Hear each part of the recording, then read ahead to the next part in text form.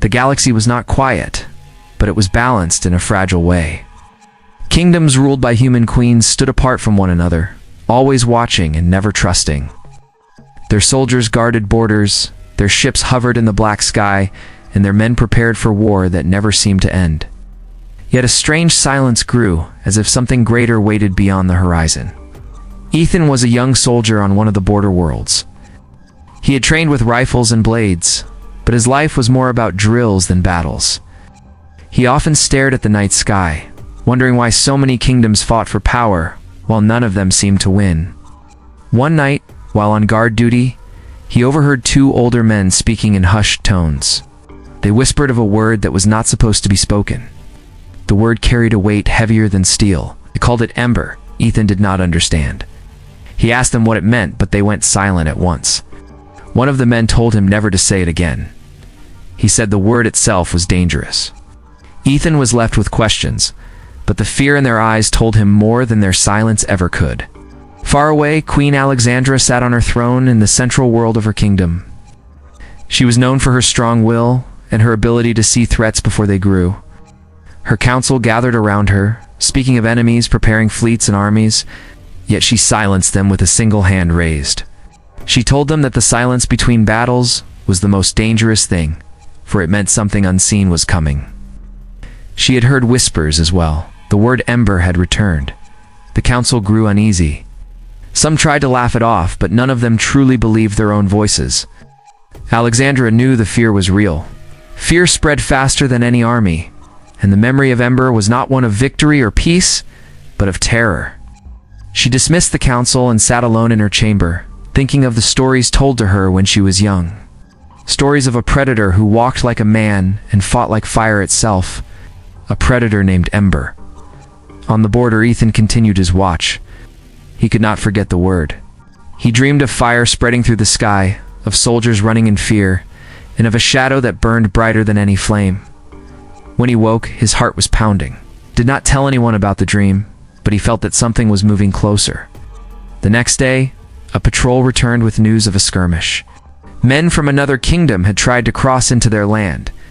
They were beaten back, but not by numbers or strength. They had fled the moment one of their own shouted a strange word.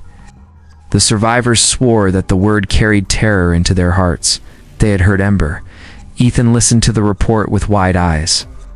He wanted to speak, but held his tongue. He knew now that the word was not just a rumor. It was alive, and it was moving through the kingdoms. Soldiers spoke of it in secret, and men whispered it in the dark. Some said it gave them courage, while others claimed it broke their will. Queen Alexandra received the same news through her messengers. She did not show fear, but inside she knew the truth. If the word had returned, then so would the memory of the predator. The word itself was enough to shape armies and decide battles. She knew the time was coming when she would need to speak it aloud herself. But she also knew that once spoken, it could never be taken back. The galaxy held its breath as whispers of Ember spread from world to world. Some prayed it was only a story, while others sharpened their swords and waited.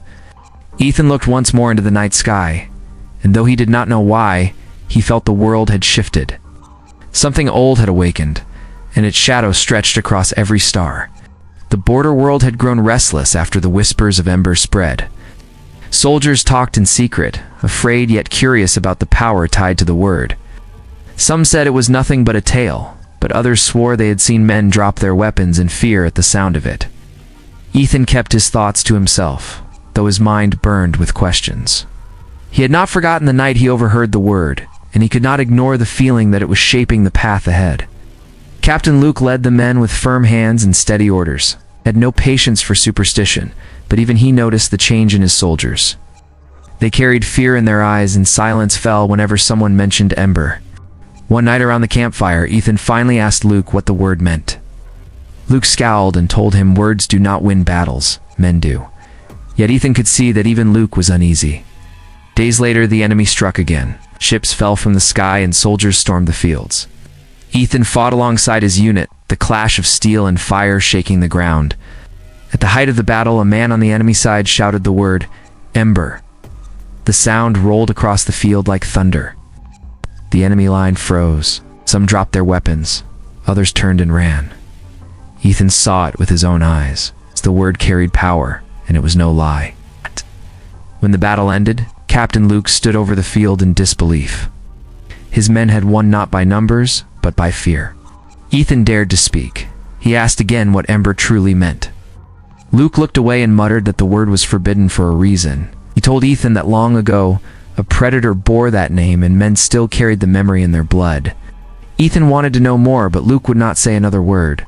News of the battle spread fast. Soldiers in other camps repeated the story. They said the enemy fled at a single word. Whispers became louder, and the legend grew with every telling. Ethan felt a strange fire in his chest when he thought about it.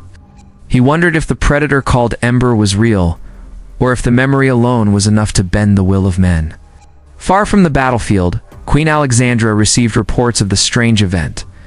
She listened to her generals argue in her great hall. Some said Ember was a curse that would destroy them all. Others said it was a gift to be used. Alexandra sat silent as they fought with words. At last she stood and told them that fear itself was a weapon. She would not allow the memory of Ember to be wasted. If their enemies feared the word, then they would use it. She dismissed the council and summoned her most trusted advisor, an old general named Daniel. She asked him what he remembered of the name. His face grew dark, and he told her the truth that the others feared to speak. Ember was not a tale. He was a warlord who lived like a shadow of fire. His tactics burned kingdoms to ash, and his name was enough to crush the hearts of his foes. That was why the word had been buried, not out of respect, but out of fear that men would follow his path again. Alexandra listened in silence. She did not tremble. She understood that power always carried danger. She knew the word could tear her kingdom apart as much as it could hold it together. But she also knew that the time for silence had passed. She told Daniel that Ember would rise again, not as one man, but as a fire carried by every soldier of her throne. Back on the border, Ethan lay awake under the stars. He thought of the battle, the shout, and the terror that swept the field. He thought of the fire he felt in his chest when he heard the word. He did not know if it gave him courage or if it warned him of danger. All he knew was that nothing felt the same as before. The word was alive, and it had entered their world again. The spark had been lit, and soon it would spread. The days after the battle left Ethan restless. He could not escape the sound of the word that had changed everything. Soldiers whispered it when they thought no one was listening. Ember, it rolled from their tongues with fear and with awe. Ethan kept remembering the way enemy men had frozen at the sound. It was not a trick. It was something older than the fight itself. One night, Ethan was summoned by Captain Luke. The captain had been silent since the last battle. But now his eyes carried a heavy weight. He told Ethan that the Queen had ordered certain men to be chosen for a task. Ethan was one of them. Without asking questions, Ethan followed his captain to a hidden hall beneath the fortress. There in the dim light, an old man waited.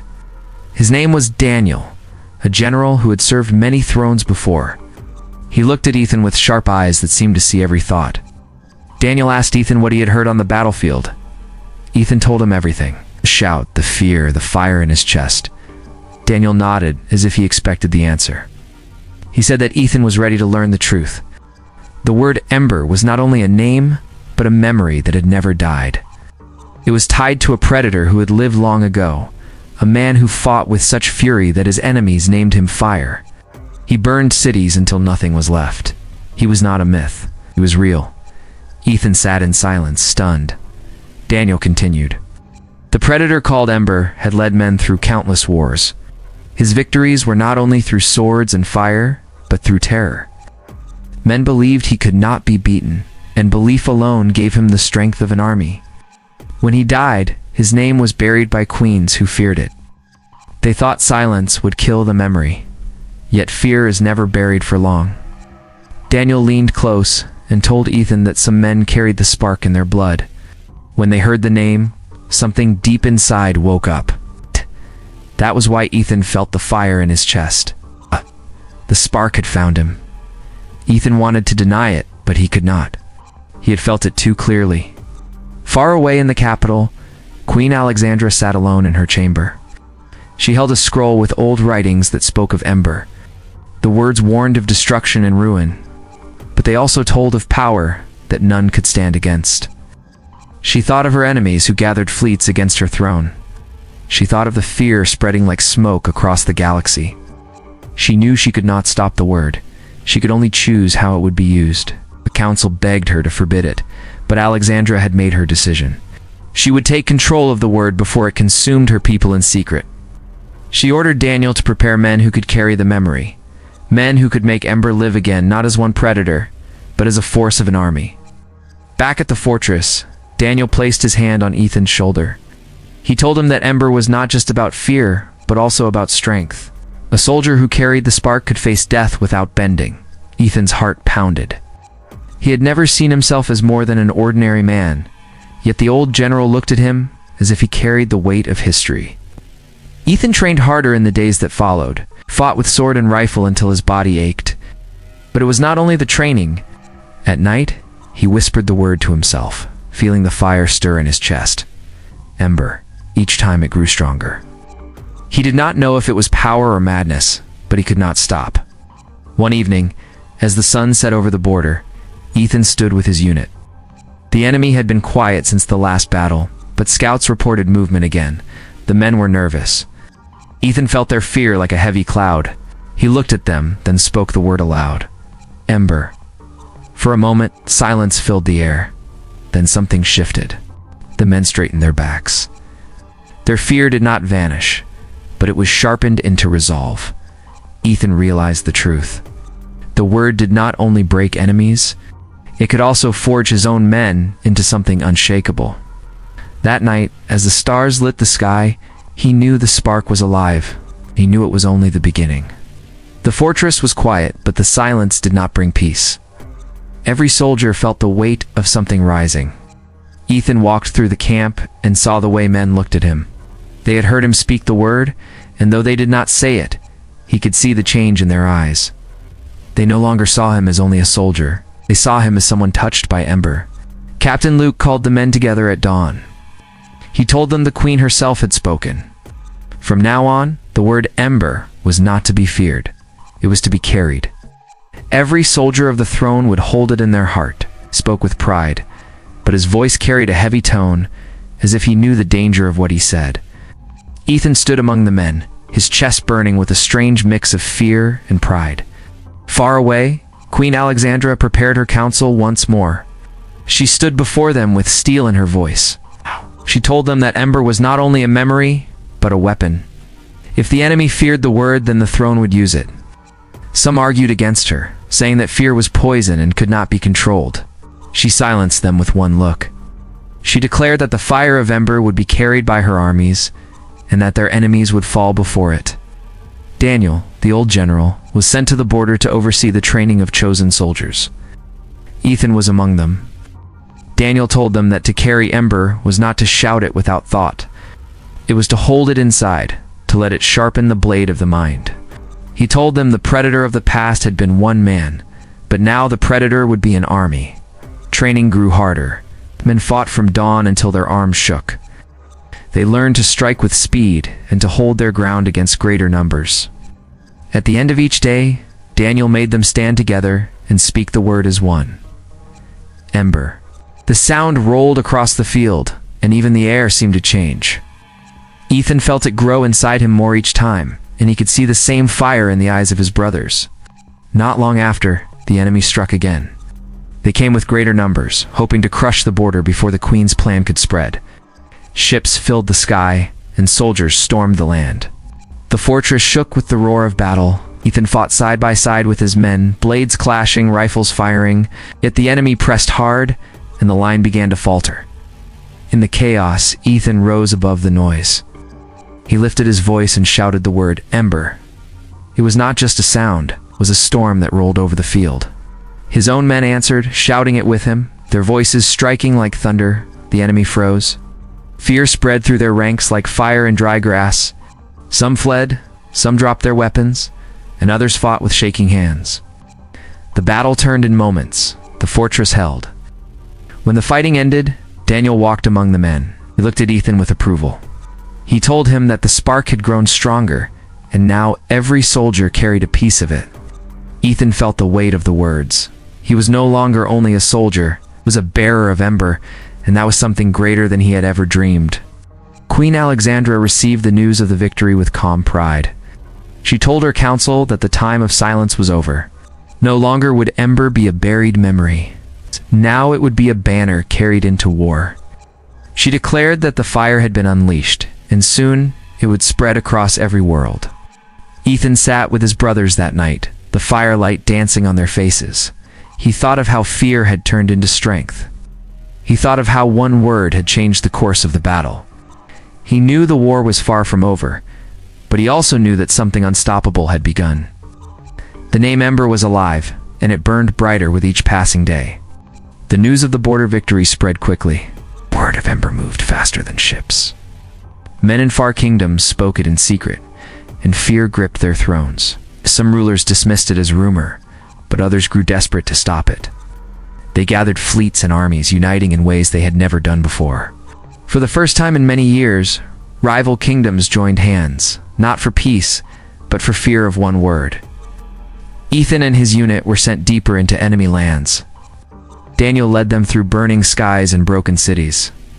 The queen had ordered strikes not only at the border but at the heart of her rivals. She wanted Ember to spread like fire, and so it did. Each battle began with blood and steel, but it ended with voices shouting the word that carried terror across the field. One night, as the army prepared for another clash, Ethan stood with his brothers by the fire. They sharpened their blades in silence. He saw the fear in their faces, but it was not fear of the enemy. It was fear of what they had become. They were no longer only men. They were the shadow of a predator that lived in their voices. Ethan felt it too. Every time he spoke the word, it grew stronger, and he wondered if he was losing himself to it. The next morning, the enemy came in force. Their banners filled the sky, and their soldiers marched in endless lines. Ethan's unit was placed at the center, where the fighting would be heaviest. The clash came with thunder. Rifles fired, blades cut, and men screamed as the ground turned red.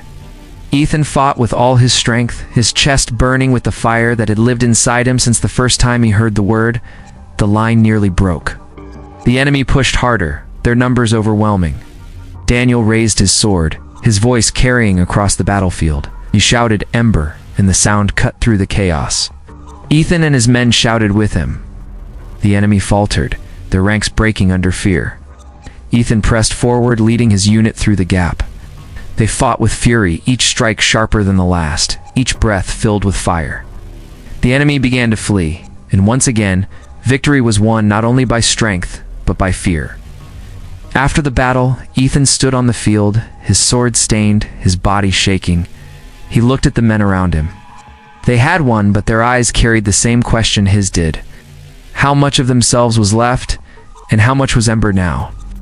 Daniel came to him and placed a hand on his shoulder.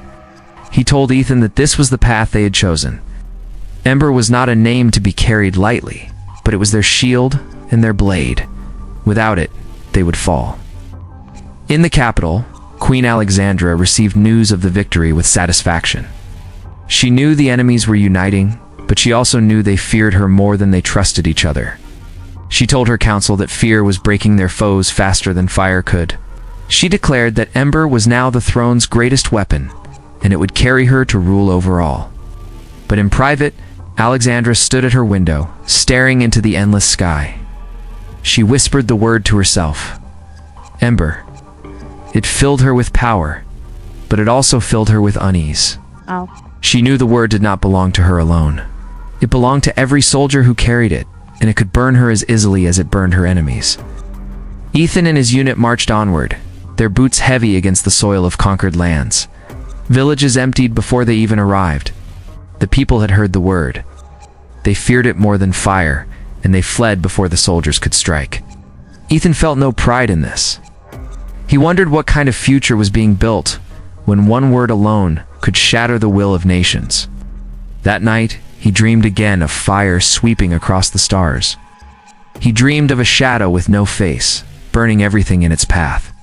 When he woke, the fire in his chest was stronger than ever, did not know if it was a gift or a curse. He only knew that the war was not over, and the name Ember would lead them deeper into the storm. The march of Queen Alexandra's armies did not slow. Her banners stretched across the sky, her soldiers struck with fire and steel. The name Ember moved before them like a shadow. Ethan walked among the men, his steps heavy, but his resolve sharp. He had seen villages emptied, fortresses surrendered, and whole fleets scattered before a single word. Yet with every victory, he felt the fire inside him burn hotter, and he wondered how long before it consumed them all.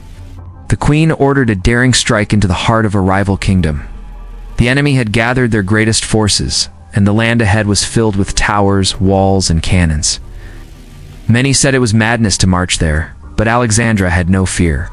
She told her council that Ember would break their will before their weapons could. Daniel was given command of the vanguard, and Ethan's unit was placed at the front. The night before the battle, Ethan sat by the fire with his brothers. The men were quiet. Each sharpened his blade and checked his rifle, but their eyes were distant. Ethan knew they were thinking the same thought. If Ember failed them now, they would be crushed. He felt the weight of it pressing on him, but he also felt the fire in his chest to answer. He whispered the words softly, and the men around him lifted their heads. One by one, they whispered it back. Soon the camp was filled with the low sound of Ember, steady and unshakable, like a heartbeat in the dark. At dawn, the attack began. Cannons roared, walls shook, and soldiers stormed the gates. Ethan charged with his unit, the clash of steel and the thunder of rifles all around him. The enemy fought with desperation, their numbers vast, their lines strong. For a moment it seemed the Queen's army would break. Daniel lifted his sword and shouted Ember, his voice carrying above the roar. Ethan and his men shouted with him. The sound spread across the battlefield. The enemy faltered, their lines wavered. Fear tore through them faster than any blade. Ethan pressed forward, leading his brothers into the heart of the fight. The walls that had seemed unbreakable now shook with panic. The defenders scattered, some fleeing, others dropping their weapons. The battle turned. Fire swept through the stronghold. Ethan fought without pause, his body aching but his spirit unbroken. He felt the fire within him guide his every strike, and with each enemy that fell, the power of the word grew stronger. By nightfall, the fortress was theirs. After the victory, Daniel gathered the men, told them the enemy would not stop. The rival queens and their men would join forces, for fear of Ember was now greater than their hatred for each other. Ethan listened, his heart heavy. He knew Daniel spoke the truth. Every battle they won made them stronger, but it also drew the eyes of the entire galaxy against them. Back in the capital, Queen Alexandra stood in her hall as news of the victory reached her. Her council praised her wisdom, saying no force could stand against the throne. She raised her hand and silenced them. She told them not to be blind. Fear was their greatest weapon, but it was also their greatest risk. She vowed that Ember would not only be a word of terror, but a banner of unity. She declared that under Ember, the kingdoms would bow, not only in fear but in loyalty. That night, Ethan sat apart from the others. He watched the flames of the campfire and thought of the dream that haunted him. He saw fire spreading across the stars, and he saw a shadow that burned everything it touched. He could not tell if the shadow was his enemy or himself. He pressed his hand to his chest, feeling the fire still alive inside him. He whispered Ember, and the fire answered. He knew the war was far from over. The enemy would gather again, stronger than before.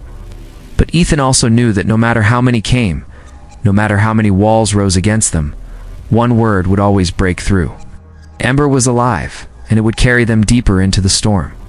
The war had reached its final storm. Across the galaxy, rival thrones that once fought each other now stood together. They gathered ships beyond counting and armies beyond measure. Their only goal was to destroy Queen Alexandra before Ember could swallow them all.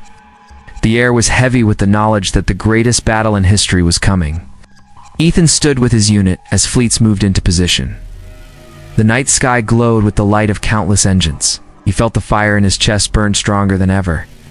Around him, the men were silent, their faces hard, their eyes set. They all knew that this battle would decide everything. Either Ember would rise forever, or it would be buried once more. At dawn, the enemy struck. The sky was filled with fire as fleets clashed above the world of the Queen. The ground shook as armies poured into the fields. Ethan's unit was placed at the heart of the defense. Daniel stood with them, his sword in hand, his voice steady. He told the men that today the memory of Ember would either break or become eternal. The battle roared. Cannon fire shook the earth, and men fell on every side. Ethan fought with all his strength, his blade flashing, his rifle thundering, yet the enemy pressed harder, wave after wave. The line bent, soldiers stumbled, and the fortress shook. Fear tried to creep into their hearts. Then Ethan raised his voice above the chaos. He shouted the word that had carried them this far. Ember. The sound cut through the noise. His brothers answered. The word rolled across the field, sharp and heavy. Daniel shouted it too, and soon the entire line roared with one voice. Ember. The enemy wavered. The sound striking their hearts like fire. Some turned and fled, others fought with shaking hands, and the tide of the battle began to turn. Queen Alexandra watched from her command hall as the field below burned with chaos. Her council begged her to retreat, but she refused. She stood tall and declared that this was the moment the throne had been built for. She raised her hand and spoke the word herself. Ember. The sound echoed through the halls. Carried by messengers, shouted across the ranks. The whole army now moved as one under the banner of the word, as the enemy still pressed, desperate and furious. They threw everything they had into the fight, but the fire of Ember was greater. Ethan felt it burn inside him, guiding his strikes, holding his body when his strength should have failed. Around him, his brothers fought with the same unyielding will. They did not bend. They did not break. The enemy line shattered.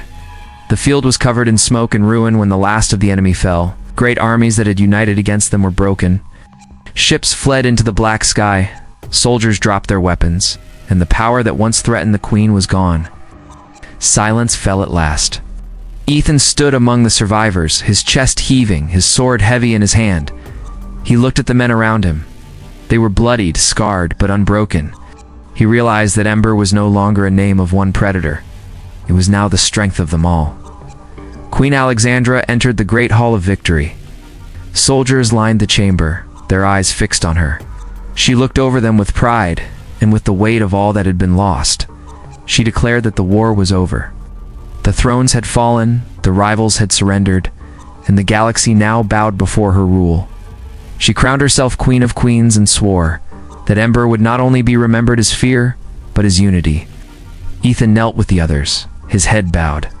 He thought of the fire that still burned in his chest. He knew it would never leave him. He did not know what the future held, but he knew the word would live as long as men carried it. One word had ended the war. One word had shaped the fate of all. The word was Ember, and its shadow would stretch across the stars forever.